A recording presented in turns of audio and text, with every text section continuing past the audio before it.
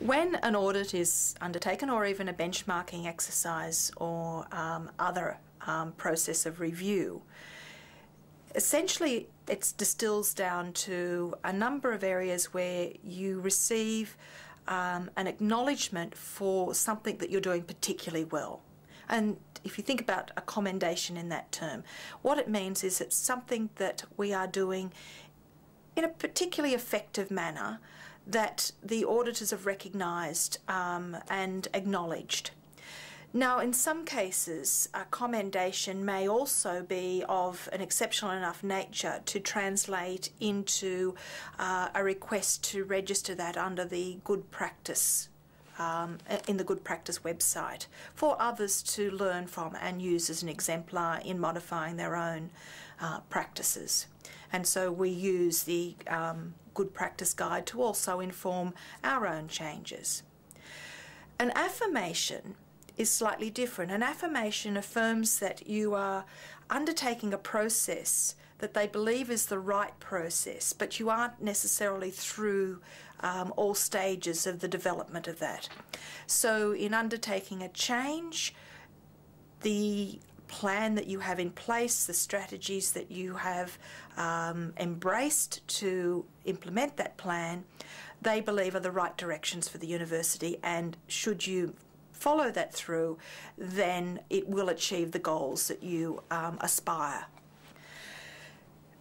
The recommendation is an area where the way in which you are performing or functioning is probably not where it should be, and nor are the changes or processes that you have in place or your focus on that area deemed to be of a level that means that they are an affirmation.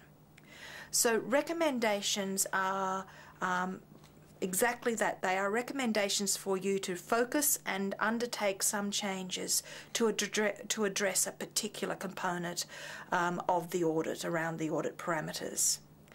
And in some cases they can be seen as a sort of bad. You know, people feel that, well, I'm not doing that so well. In other cases, it's not necessarily that a recommendation is a bad outcome. What it means is that somebody has looked at what you're doing. It may not necessarily mean that it's wrong, but it just may not necessarily mean that it's the right or the most appropriate way about going about your business.